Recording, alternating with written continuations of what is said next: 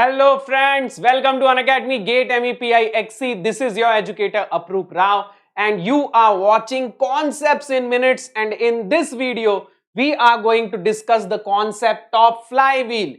Yes, आज के इस वीडियो में हम डिस्कस करने वाले हैं flywheel के बारे में. What exactly is flywheel? Why do we need flywheel? What is the use and application of flywheel? Now beta, let me tell you a very interesting fact that this particular question was asked to me in my interview. I worked at Mahindra and Mahindra in the field of design of cars, right? So beta, in my interview of Mahindra, they asked me this question: what exactly is the use of flywheel? Flywheel हम क्यों use करते हैं? So in the interviews, they ask you these types of questions. They want to know whether you understand the significance of a concept or not. So beta, you not only need to understand the formula, the questions of a particular topic, you also need to understand the significance of that topic. Okay, so whatever you are learning, why we are learning it, what is the use of it, what is the physical importance of it, that you need to understand. So in this video we are going to understand the importance and use of flywheel. Now if you're watching me for the first time, let me introduce myself. My name is Aprup Rao, All India rank 320 in GATE Mechanical. MTech from IIT Kharagpur. My specialization of MTech was design. In my final year of MTech, I was recruited by Mahindra and I had worked at Mahindra Research Valley. I was a part of some very interesting projects like XUV, KUV, TUV. Then I decided to quit my job and I started teaching. So I've been teaching for more than 6 years now, and I teach subjects related to design, strength of materials, machine design, engineering mechanics, and theory of machine. Now let's move on with our lecture today. What is flywheel? So beta, this is the image of a flywheel. ये क्या है मेरे भाई? ये एक flywheel है, which is a very simple device. It looks very simple beta. It is nothing but a wheel, a heavy wheel. Okay, it has a large mass and it is nothing but a heavy wheel. Okay, and it is connected to the crankshaft of the engine. What is this? This is the crankshaft of the engine, which is run by the piston. Okay, now let me explain the mechanism of this using a very simplified diagram. ठीक है, मैं इसका mechanism समझाने के लिए एक बहुत ही simple diagram use करता हूं. Okay, so it is the slider crank mechanism basically.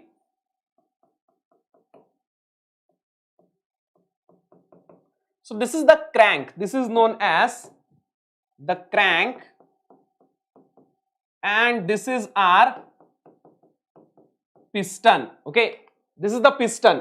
Okay, this piston is moved by the engine. Sorry, this piston is moved by the explosion of the fuel. Okay, it is connected to the cylinder. So this piston is moving due to the power produced by the explosion of the fuel. Okay, now as this piston reciprocates to and fro, this crank is going to rotate. Okay, so this crankshaft is rotating continuously. ये जो crankshaft है बेटा, ये continuously rotate कर रहा है. Okay, now understand the problem. If I draw the torque applied by the torque produced in this crank versus the displacement, angular displacement of this crank, which is known as T theta diagram.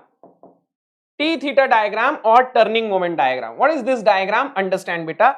This is a diagram of the torque of the crank and the angular displacement of the crank. Crank जैसे जैसे घूम रहा है, उसके ऊपर जो torque आ रहा है, उसका अगर आप एक diagram बनाओगे. Now I am not drawing the diagram of a piston cylinder engine beta. This is a general diagram. मैं एक generic diagram बना देता हूं. So you get a diagram like this beta. Okay, now what is this diagram showing you? ये diagram आपको क्या दिखा रहा है? This diagram is showing you that the torque is not always constant, right? The torque is a function of theta.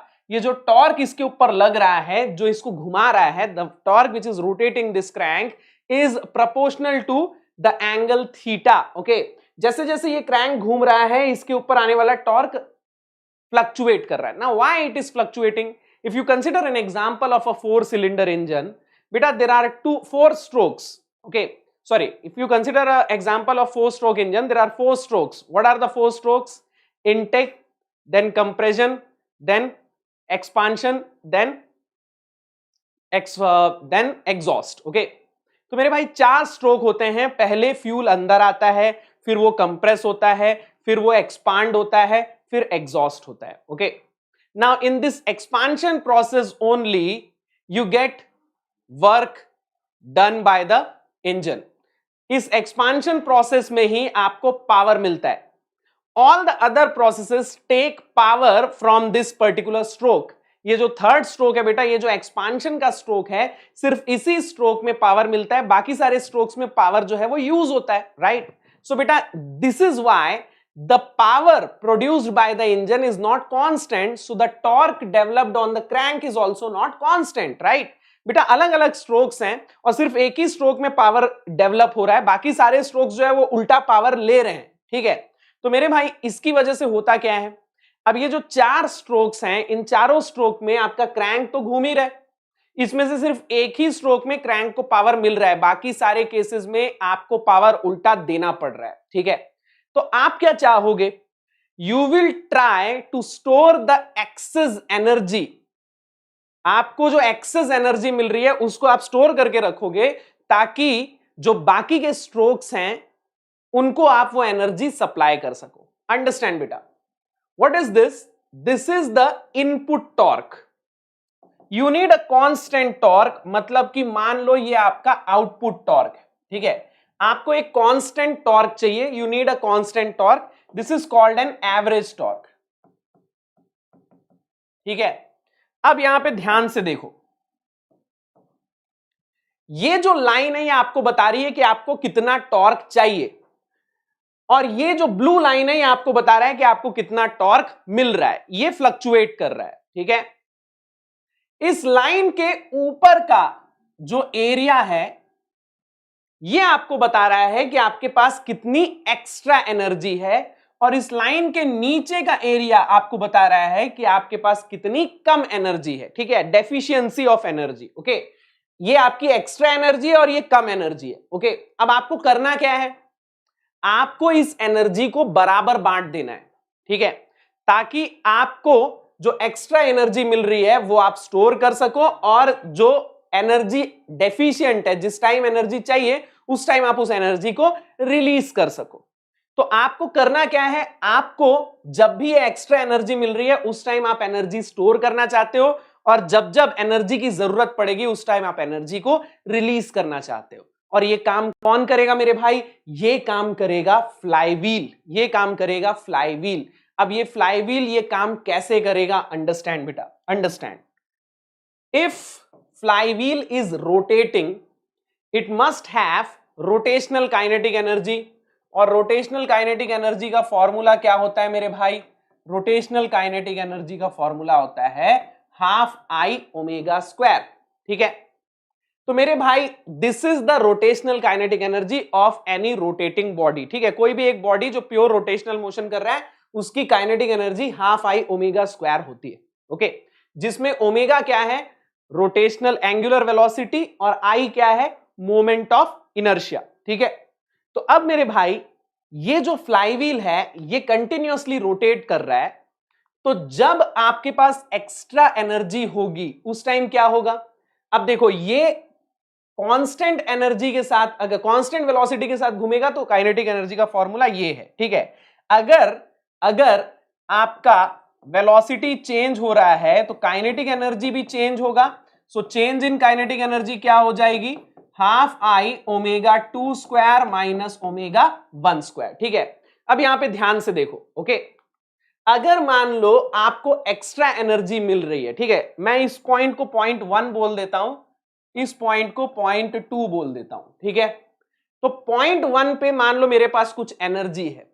अब अगर मेरे को 1 से 2 तक एक्स्ट्रा एनर्जी मिल रही है तो 2 पे जो वेलोसिटी होगी वो 1 से ज्यादा हो जाएगी, राइट? मतलब कि आपने काइनेटिक एनर्जी क्या कर ली, स्टोर कर ली, राइट? आपने काइनेटिक एनर्जी क्या कर ली, स्टोर कर ली। अब आप आ जाओ इस पॉइंट पे, पॉइंट 3 पे, ठीक है?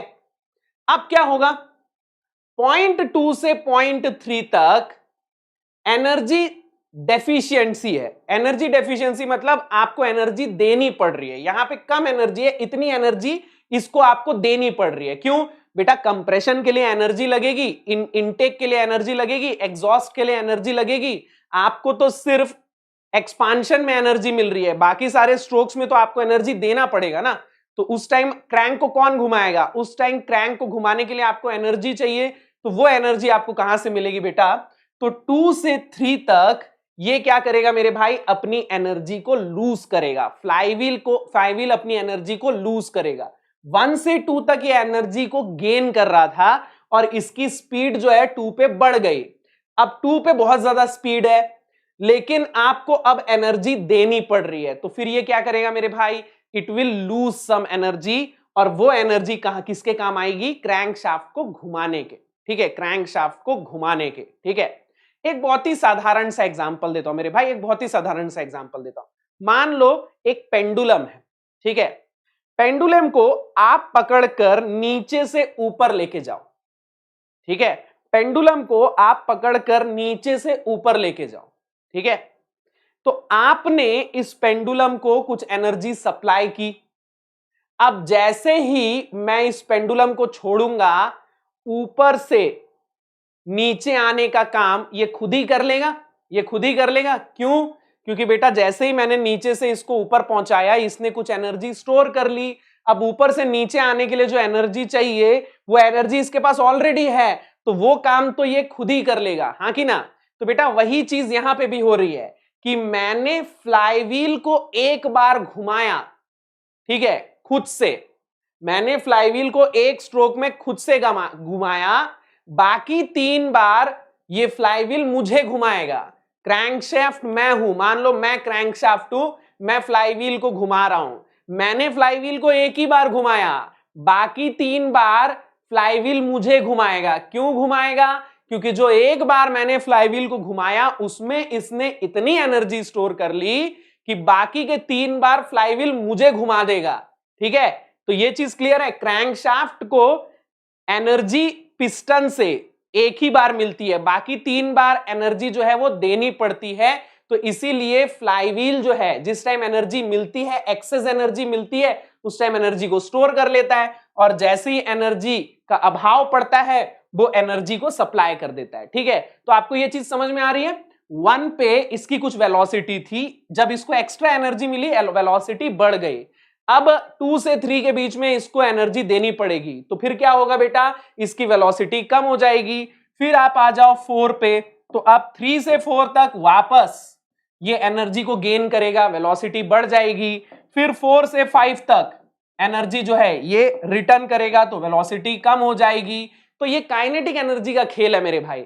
ये काइनेटिक एनर्जी गेन करता है, फिर लूज करता है, फिर गेन करता है, फिर लूज करता है, फिर गेन करता है, फिर लूज करता है। So is this clear? अब बेटा आप ये मत सोचना कि सर आप तो बोल रहे थे एक ही स्ट्रोक में एनर्जी मिलती है, बाकी 3 स्ट्रोक में तो एनर्जी जाती है। तो मेरे भाई ये मैंने एक जनरल डायग्राम बनाया है। ठीक है, मैंने 4 स्ट्रोक इंजन का टर्निंग मोमेंट डायग्राम नहीं बनाया है, मैंने सिर्फ एक जनरल डायग्राम बनाया है आपको समझाने के लिए कि एग्जैक्टली ये काम कैसे करता है। तो आई होप आप सबको क्लियर हो गया होगा कि फ्लाईव्हील का काम क्या है। ठीक है, तो एक बार और मैं बहुत ही साधारण शब्दों में बता देता हूं कि क्रैंकशाफ्ट जो है 4 स्ट्रोक्स होते हैं। ठीक है, 4 स्ट्रोक्स होते हैं। इन 4 स्ट्रोक्स में से सिर्फ एक ही स्ट्रोक में पिस्टन क्रैंकशाफ्ट को घुमाता है, बाकी 3 बार क्रैंकशाफ्ट को पिस्टन को घुमाना है।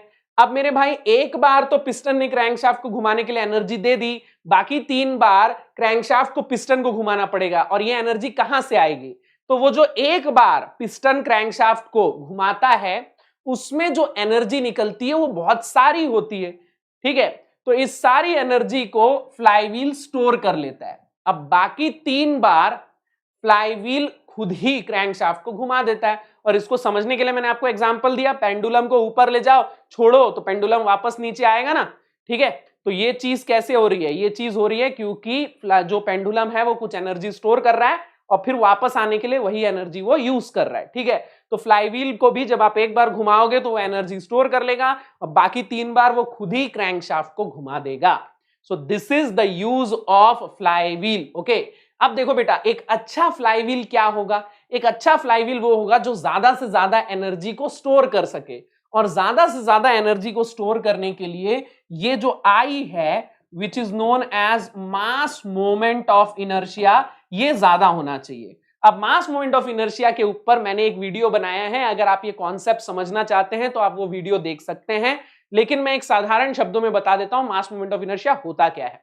मास मोमेंट ऑफ इनर्शिया का मतलब होता है कि जो मास है वो किसी एक्सिस से कितना दूर है, यूजुअली जो एक्सिस ऑफ रोटेशन है, जैसे ये फ्लाईव्हील है, इसका ये एक्सिस ऑफ रोटेशन है, तो इस एक्सिस ऑफ रोटेशन से इसका मास कितना दूर तक फैला है, that is its mass moment of inertia. जितना ज्यादा दूर तक मास फैलेगा इसका मोमेंट ऑफ इनर्शिया उतना ज्यादा होगा। तो एक अच्छा फ्लाईव्हील वो होगा जिसका मास मोमेंट ऑफ इनर्शिया ज्यादा से ज्यादा होगा, यानी जिसका मास सेंटर से ज्यादा दूर तक फैला होगा। ठीक है, तो फ्लाईव्हील का जो डिजाइन होता है वो इस बात पे डिपेंड करता है कि आपका मास मोमेंट ऑफ इनर्शिया ज्यादा से ज्यादा हो। आपका मास मोमेंट ऑफ इनर्शिया जितना ज्यादा होगा आप उतनी ज्यादा एनर्जी को स्टोर कर पाओगे। ठीक है, तो आपको एक भारी और अच्छा फ्लाईव्हील यूज करना चाहिए। ठीक है, आप हमेशा देखना फ्लाईव्हील बहुत भारी होता है, इसीलिए भारी होता है क्योंकि जितना ज्यादा मास उतना ज्यादा मास मोमेंट ऑफ इनर्शिया, और इसका मास जो है वो ज्यादातर करके यहां पे फैला होता है। ठीक है, आप देखना फ्लाईव्हील का ये वाला जो पार्ट होता है, जो अंदर का पार्ट होता है, ये हल्का होता है। जो ज्यादा मटेरियल है वो कहां लगा होता है, इसके रिम पर, इसके सरकमफेरेंस पे लगा होता है। क्यों मेरे भाई, क्योंकि मास को एक्सिस से दूर रखना है। जितना दूर रहेगा मास एक्सिस से, उसका मास मोमेंट ऑफ इनर्शिया उतना ज्यादा होगा। तो इसीलिए मास जो है वो एक्सिस के पास नहीं रहना चाहिए, मास एक्सिस से दूर होना चाहिए। तो फ्लाईव्हील का जो रिम होता है, रिम वाला पार्ट जो होता है वो ज्यादा भारी होता है, जो बीच का पार्ट होता है वो हल्का होता है। ओके, सो आई होप आपको फ्लाईव्हील के बारे में आज कुछ समझ में आया होगा। अगर आपको फ्लाईव्हील के ऊपर पूरा न्यूमेरिकल सॉल्व करना है तो मेरे भाई आप मेरी थ्योरी ऑफ मशीन की क्लास देख सकते हो। जस्ट ओपन दिस लिंक, ये एक लिंक खोल लो, आपको मेरी सारी क्लासेस की लिंक मिल जाएगी। Engineering mechanics, strength of material, machine design, theory of machine, सब कुछ मिल जाएगा। बस ये एक लिंक खोल लो। सारे लेक्चर्स फ्री हैं और उनके नोट्स भी हैं, आपको नोट्स भी बनाने की जरूरत नहीं है। और आप अगर मेरे सारी आगे आने वाली क्लासेस के लिंक और नोटिफिकेशन चाहते हो तो ये टेलीग्राम चैनल ज्वाइन कर लो।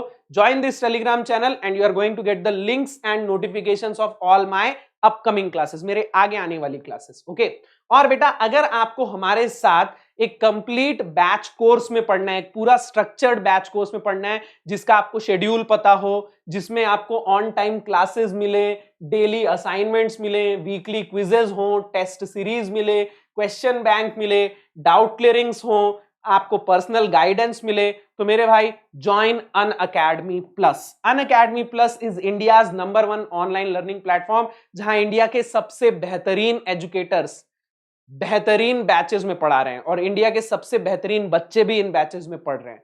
तो आज ही अनअकैडमी प्लस को सब्सक्राइब करें। आप ये कोड यूज कर सकते हैं, इस कोड को यूज करने पे आपको 10% का ऑफ मिल जाएगा और साथ में आपको मेरी पर्सनल गाइडेंस भी मिल जाएगी। आप अगर ये कोड यूज कर रहे हो मतलब आप मेरी गाइडेंस में अपनी प्रिपरेशन करना चाहते हो, सो join Unacademy plus using this code. You can pay this fee in EMI, आप इस फीस को ईएमआई में पे कर सकते हैं बेटा। और सबसे बेस्ट चीज ये है कि आप एक सब्सक्रिप्शन लो और आप गेट के लिए भी पढ़ सकते हो, ईएससी के लिए भी पढ़ सकते हो, पीएसयूज के लिए भी पढ़ सकते हो। इतनी सारी बैचेस और इतने सारे एजुकेटर्स हैं कि आप खुद से डिसाइड कर सकते हो आपको किस बैच में पढ़ना है, आपको किस एजुकेटर से पढ़ना है। आप आइकॉनिक सब्सक्रिप्शन भी ले सकते हो जिसमें आपको एक पर्सनल गाइड, एक पर्सनल कोच मिल जाता है। Okay, now before leaving don't forget to hit the like button, share this link and subscribe to this channel. I will see you with some other video in some other concept in minutes video. Till then, bye bye, take care. Thank you so much for joining.